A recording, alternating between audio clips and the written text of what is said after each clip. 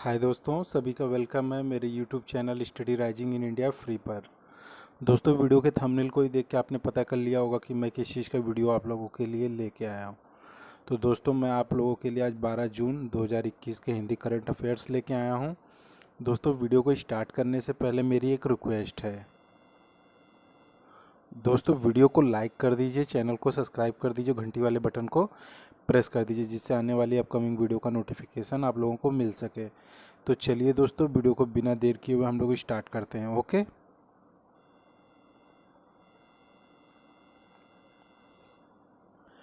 माई lab ने अक्षय कुमार को बनाया ब्रांड एम्बेसडर।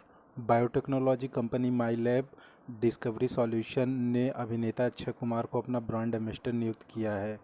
पुणे स्थित फर्म जो डायग्नोस्टिक, खाद्य श्रृंखला, खाद्य सुरक्षा, कृषि, पशु चिकित्सा जैसे कई कार्य क्षेत्रों में कार्य करती है, ने हाल ही में देश की पहली कोविड-19 स्वपरीक्षण किट कोविड सेल्फ लॉन्च की है। स्वामी शिवमयानंद जी का निधन। रामकृष्ण मठ और मिशन के उपाध्यक्ष स्वामी शिवमयानंद जी का जून 2021 में निधन हो गया। स्वामी जी का 1959 में बेलूर मठ में मिशन में शामिल हुए और 1969 में स्वामी वीरेश्वरानंद जी महाराज से संन्यास दीक्षा प्राप्त की। अक्सर बन जाते हैं एरोसोल कण। भारत में एक शहरी स्थान पर 3 नैनोमीटर से छोटे एरोसोल कणों के कंस्ट्रक्शन, आकार और विकास का पता लगाने वाले विज्ञानियों ने वातावरण में सब 3 नैनोमीटर एरोसोल कणों के निर्माण की खोज की है। फ्लिपकार्ट ने तेलंगाना सरकार के साथ की साझेदारी। मेडिसिन फॉर्म द स्काई परियोजना के तहत दूर दराज के क्षेत्रों में चिकित्सा आपूर्ति के लिए ड्रोन वितरण के विकास और निष्पादन के लिए काम करने वाली एक संघ का नेतृत्व करने के लिए फ्लिपकार्ट ने तेलंगाना सरकार के साथ भागीदारी की है। फ्लिपकार्ट ड्रोन तैनात करेगा और टीकों और चिकित्सा आपूर्ति के वितरण को सक्षम करेगा। आईसीएमआर चौथा राष्ट्रीय सेरो सर्वे शुरू करेगा। Indian Council of Medical Research ICMR June 2021 से अगले राष्ट्रव्यापी कोविड-19 सीरो सर्वे पर काम शुरू करेगा। समुदाय में कोरोना वायरस एंटीबॉडी के प्रसार का पता करने के लिए सीरो सर्वेक्षण का उपयोग किया जाता है। मूडीज ने दिल्ली एयरपोर्ट की रेटिंग घटाकर B1 की। मूडीज इन्वेस्टर सर्विस ने दिल्ली इंटरनेशनल एयरपोर्ट लिमिटेड की कॉरपोरेट फैमिली रेटिंग और सीनियर सिक्योर्ड रेटिंग्स को BA3 से घटाकर B1 कर दिया है। इसने डायल के बेसलाइन क्रेडिट असेसमेंट को भी BA3 से घटाकर B1 कर दिया है। वहीं मूडीज ने किलफटन लिमिटेड की सीनियर सिक्योर्ड ब्रांड रेटिंग को BA3 से घटाकर B1 कर दिया है। शिक्षा मंत्रालय ने एक ऑनलाइन मॉड्यूल विकसित किया। शिक्षा मंत्रालय ने प्रत्येक राज्य और केंद्र शासित प्रदेश द्वारा स्कूल जाना छोड़ चुके बच्चों का पता लगाकर जानकारी को संकलित करने और इसे प्रबंध पोर्टल पर विशेष प्रशिक्षण केंद्रों के साथ मैप करने के लिए एक ऑनलाइन मॉड्यूल विकसित किया है।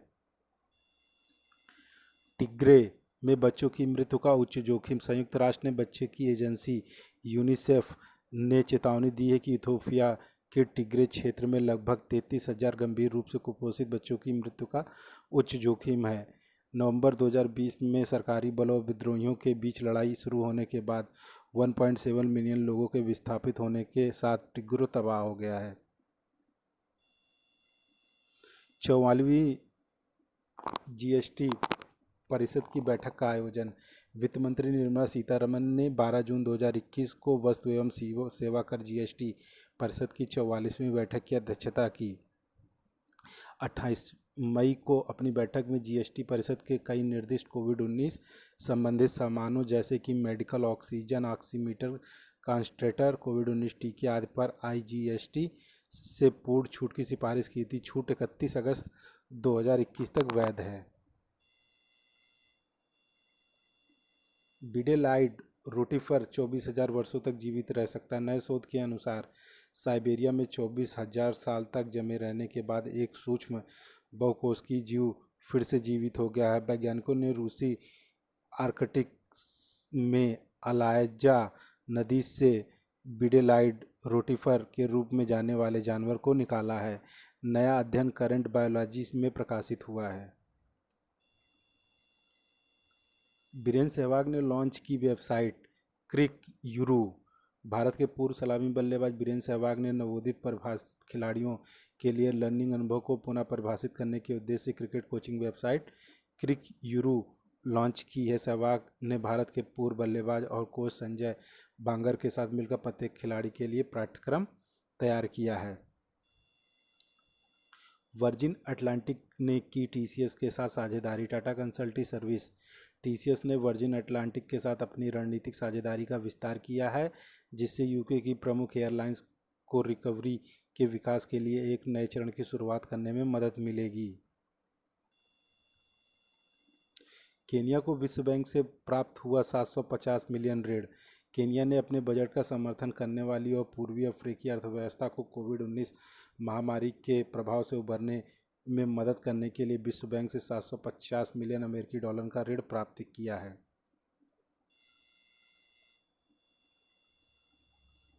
नियुक्तियां। अमेरिकी सीनेट में न्यू जर्सी के जिला न्यायालय में पाकिस्तानी अमेरिकी जाहिद कुरैशी के ऐतिहासिक नामांकन को मंजूरी दे दी है, जिससे वे इतिहास के पहले मुस्लिम संघीय न्यायाधीश बन गए हैं। महिंद्रा समूह ने अपने नवगठित वैश्विक डिजाइन संगठन का नेतृत्व करने के लिए प्रताप बोस को कार्यकारी उपाध्यक्ष और मुख्य डिजाइन अधिकारी के रूप में नियुक्त करने की घोषणा की है।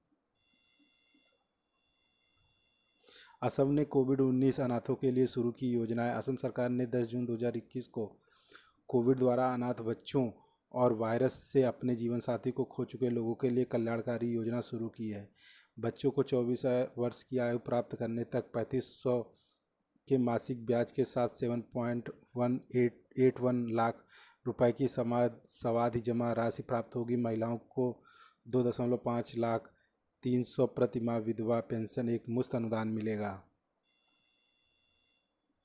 ईरान ने प्राप्त किया यूएन से मतदान का अधिकार। ईरान ने संयुक्त राष्ट्र महासभा में अपने संयुक्त राष्ट्र के बकाया पर न्यूनतम भुगतान करने के बाद 11 जून 2021 को अपने मतदान के अधिकार को पुनः प्राप्त कर लिया। जनवरी 2021 से 193 संसदीय महासभा में ईरान ने अपना मतदान अधिकार खो दिया था, क्योंकि उस पर 2 वर्षों से अधिक का बकाया था।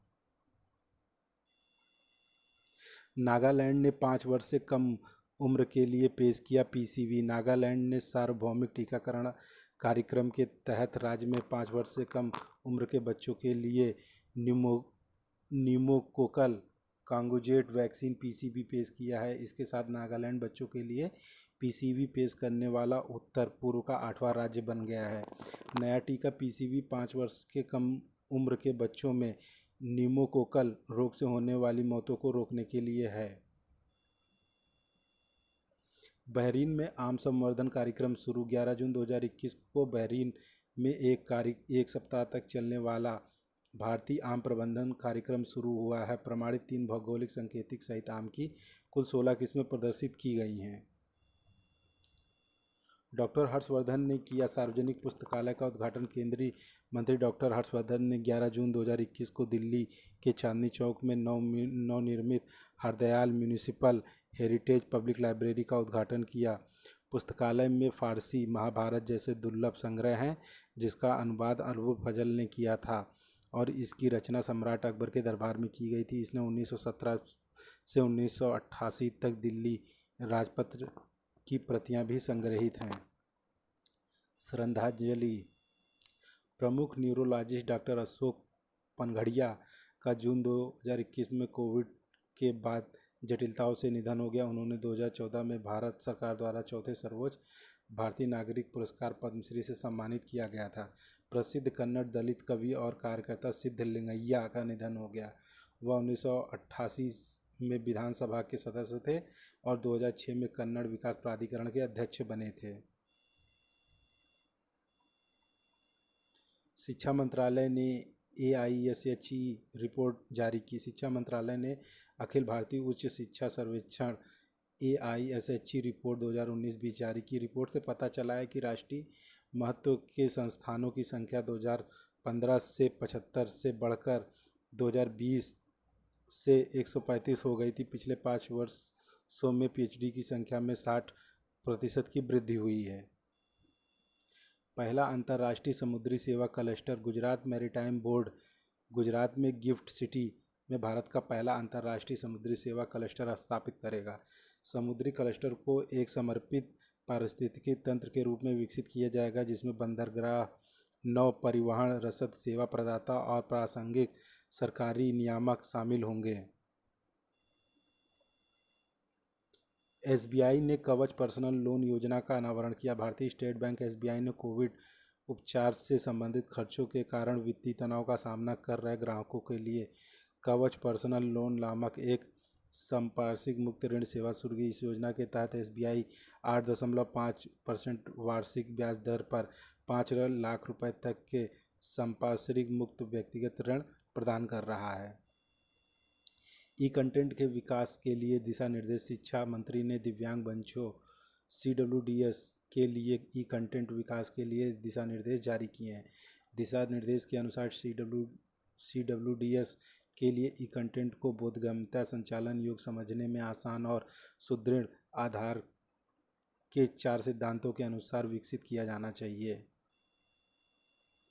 रेस्टोरेंट के लिए नए नियमों की घोषणा। अक्टूबर 2021 में सभी रेस्टोरेंट और खाद्य व्यवसायों को नकद रसीदों और खरीद चालानों पर अपना 14 अंकों का FSSAI लाइसेंस या पंजीकरण संख्या घोषित करना होगा। यह घोषणा भारतीय खाद्य सुरक्षा और मानक प्राधिकरण FSSAI द्वारा 10 जून 2021 को की गई। दिल्ली पुलिस ने RRU के साथ किया समझौता। दिल्ली पुलिस ने राष्ट्रीय रक्षा विश्वविद्यालय RRU के साथ एक समझौता किया। अकादमिक अनुसंधान और प्रशिक्षण के क्षेत्र में आपसी सहयोग और संसाधनों और विशेषज्ञता को साझा करने के लिए इस पर हस्ताक्षर किए हैं। युगांडा में खत्म होगा विवादास्पद सोशल मीडिया टैक्स। युगांडा ने 2021-22 में वित्तीय वर्ष के बजट में विवादास्पद सोशल मीडिया टैक्स को खत्म कर दिया है। योजना के प्रभावी वित्त राज्य मंत्री अमोस लुगोलुबी ने सोशल मीडिया के उपयोग पर लगाए गए 200 शिलिंग $0.05 उत्पाद शुल्क को निरस्त कर दिया है। इसके बजाय सरकार ने पूर्वी अफ्रीकी देश में एयर टाइम और मोबाइल इंटरनेट डेटा पर 12% का प्रत्यक्ष कर लगाया है। राजस्थान में कलाकारों के लिए 5,000 की सहायता। राजस्थान के मुख्यमंत्री अशोक गहलोत ने राज्य के उन कलाकारों को एक मुश्त 5,000 की सहायता देने की घोषणा की है जो महामारी के कारण वित्तीय समस्याओं का सामना कर रहे हैं। इस फैसले की आर्थिक रूप से कमज़ोर और ज़रूरतमंद करीब 2,000 कलाकारों को राहत मिलेगी। भारत और कुवैत के बीच समझौता। भारत और कुवैत ने एक समझौता ज्ञापन पर हस्ताक्षर किए। समझौता ज्ञापन कुवैत में घरेलू कामगारों को एक कानूनी ढांचे के दायरे में लाता है और उनकी भर्ती को सुव्यवस्थित करता है और उन्हें कानून का संरक्षण प्रदान करता है। यह समझौता घरेलू कामगारों को 24 घंटे सहायता के लिए तंत्र स्थापित करना चाहता है। विधिनगर को खैरागढ़ विश्वविद्यालय से मिला डिलीट। BHU के संगीत और मंच कला संकाय के कथक नृत्य शिक्षक डॉक्टर विधि नागर को इंदिरा गांधी संगीत विश्वविद्यालय खैरागढ़ से डीलिट की डिग्री दी गई। वे कथक नृत्य के क्षेत्र में डीलिट प्राप्त करने वाली पहली महिला हैं। वर्ष 2013 में उन्होंने अकादमी पुरस्कार जीता। उन्हें एक उपन्यास कथक पुतली भी लिखा जो नृत्य की दो शैलियों की निकटता को दर्शाता है। बाल श्रम बढ़कर 160 मिलियन हुआ। विश्व भर में बाल श्रम में बच्चों की संख्या बढ़कर 160 मिलियन हुई। अंतर्राष्ट्रीय श्रम संगठन ILO और यूनिसेफ की एक नई रिपोर्ट में यह जानकारी दी गई। विश्व बाल श्रम निषेध दिवस 12 जून बच्चों को श्रम के लिए बढ़ावा देने और काम पर रखने जैसी सामाजिक बुराई के बारे में जागरूक बढ़ाने के लिए हर वर्ष 12 जून को बाल श्रम निषेध दिवस मनाया जाता है। बाल श्रम निषेध दिवस 2021 की विषय वस्तु act now and child labour है। तो दोस्तों इसका थीम जरूर याद रखिएगा। बाल श्रम निषेध दिवस 2021 की विषय वस्तु act now and children labour है। तो दोस्तों ये थे आप लोगों के लिए 12 जून 2021 के Hindi current affairs. Thank you.